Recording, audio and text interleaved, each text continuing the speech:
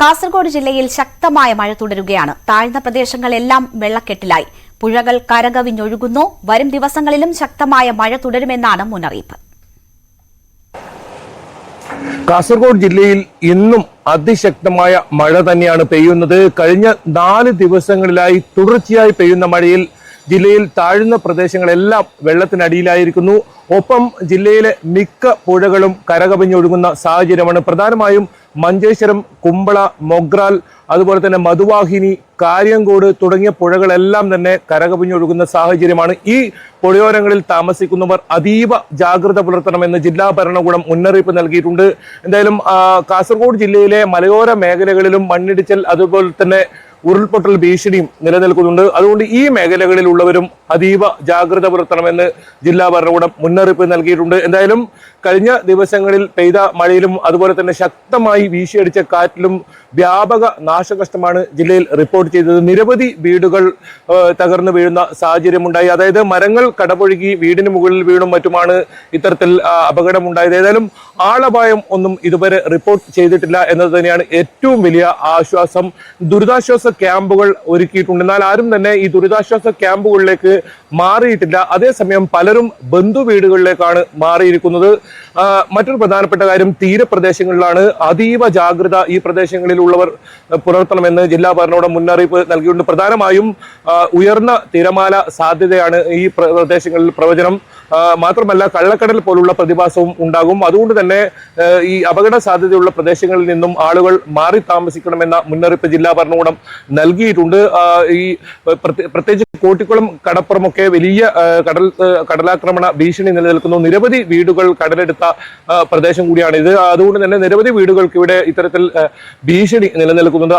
ഈ മേഖലകളിലുള്ളവർക്കാണ് പ്രധാനമായും ഈ ബന്ധുവീടുകളിലേക്കോ അല്ലെങ്കിൽ ദുരിതാശ്വാസ ക്യാമ്പുകളിലൊക്കെ മാറി താമസിക്കണമെന്ന നിർദ്ദേശം നൽകിയിട്ടുണ്ട്. ഏതായാലും ജില്ലയിലെ വൈദ്യുതി ബന്ധം ഇപ്പോഴും താറുമാറായ സാഹചര്യം തന്നെയാണ്. കഴിഞ്ഞ ദിവസമാണ് ശക്തമായ കാറ്റിൽ നിരവധി ഇടങ്ങളിൽ ഇലക്ട്രിക് പോസ്റ്റ് നിലംപൊത്തുന്ന സാഹചര്യം ഉണ്ടായത്. ഇത് ഇപ്പോഴും പരിഹരിക്കപ്പെട്ടിട്ടില്ല. പല സ്ഥലങ്ങളും ഇപ്പോഴും ഇരുട്ടിൽ തന്നെയാണ്.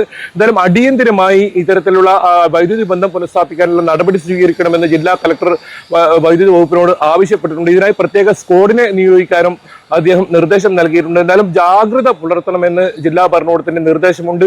ഒപ്പം നാളെയും അതിശക്തമായ മഴ ഉണ്ടാകും എന്ന് തന്നെയാണ് പ്രവചനം. അതുകൊണ്ട് തന്നെ അതീവ ജാഗ്രത പുലർത്തണമെന്ന മുന്നറിയിപ്പ് തന്നെയാണ് നൽകുന്നത്. കർണാടകയുടെ തീരപ്രദേശങ്ങളിലും ശക്തമായ മഴയാണ് ഇപ്പോഴും പെയ്തുകൊണ്ടിരിക്കുന്നത്. പ്രത്യേകിച്ച് കാറ്റിന് ശക്തമായി വീശി കാറ്റിന് സാധ്യത ഉണ്ടെന്ന മുന്നറിയിപ്പുണ്ട്. ഏതായാലും മംഗളൂരുവിൽ ഉൾപ്പെടെ പലയിടങ്ങളിലും വെള്ളം കയറിയ അവസ്ഥ തന്നെയാണ്. തീരപ്രദേശത്തുള്ളവർക്ക് അതീവ ജാഗ്രതാ നിർദ്ദേശം മംഗളൂരുവിലും നൽകിയിട്ടുണ്ട്. ശക്തമായി കാറ്റ് ഉണ്ടാകാൻ സാധ്യതയുണ്ട്. അതായത് മണിക്കൂറിൽ 55 കിലോമീറ്റർ വരെ വേഗതയിൽ കാറ്റ് വീശാൻ സാധ്യതയുണ്ടെന്നാണ് മുന്നറിയിപ്പ്. അതുകൊണ്ട് തന്നെ അതീവ ജാഗ്രതാ നിർദ്ദേശം തന്നെയാണ് ഈ പ്രദേശങ്ങളിലും നിലവിൽ നൽകിയിട്ടുള്ളത്. എന്തായാലും ഈ കഴിഞ്ഞ 4 ദിവസങ്ങളിലായി തുടർച്ചയായി മഴ പെയ്യുന്ന ഒരു സാഹചര്യം തന്നെയാണ് വടക്കൻ കേരളത്തിലും കാണാൻ സാധിക്കുന്നത്. കെ വി ബൈജുവിന്റെ റിപ്പോർട്ടാണ് കണ്ടത്. എന്തായാലും മഴ തുടരുമെന്ന മുന്നറിയിപ്പ് തന്നെയാണ് ഇപ്പോഴും വരുന്നത്. സംസ്ഥാനത്ത് വടക്കൻ ജില്ലകളിൽ വരും ദിവസങ്ങളിലും ശക്തമായ മഴ തുടരും. വയനാട്, കണ്ണൂർ, കാസർഗോഡ് ജില്ലകളിൽ റെഡ് അലർട്ടാണ്.